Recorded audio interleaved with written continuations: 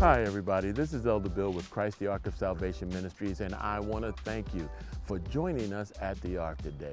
Hey look, I have something that's going to add value to your life. Check it out. I was reading in 1 Peter, the first chapter, around the 24th verse. Peter says something that I thought was spectacular.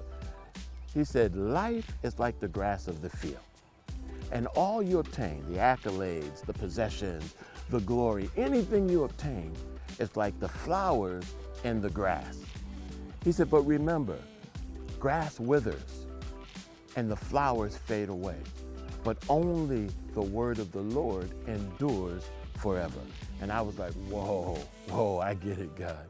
We can't just gather the temporal. We can't just gather the stuff for the now. We have to gather and plant and seed into the eternal. I got it. And I was ready to shut the book down. And God said, wait, what you doing? And I said, I'm finishing. He's like, no. Because today we take you from milk to meat. Keep reading. And I said, okay. So I read into the second chapter. And around the 9th verse, Peter begins to tell us who we are in the kingdom.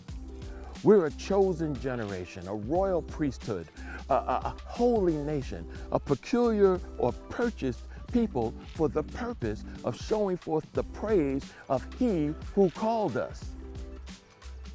I was like, all right. He said, you want to seed into the kingdom? Here's how you're going to do it. First, you have to abstain from fleshly lusts. And I was like, okay, I get it, God. You know, even John told us in 1 John, the 2nd chapter, that all that's in the world is the lust of the flesh, the lust of the eyes, and the pride of life. And none of that is from the Father. It is from the world. So I was like, I'm good with that. Then he proceeded to tell us that we needed to honor the government and follow the laws. And I was like, hey, I can do that. I get it. We can do this. And then he said, now let's get real. And the next thing he said included words like servant and master. And that began to hit my pride. And I was like, wait a second. He said, look, Bill, you have to submit yourself to those that have rule over you. No question about it. That's what you have to do. And I said, all right. He said, no, you don't understand. Not just the good and the gentle ones, the froward ones, you know, the nasty ones, the mean ones, the disrespectful ones, the annoying, irritating, inconsiderate ones.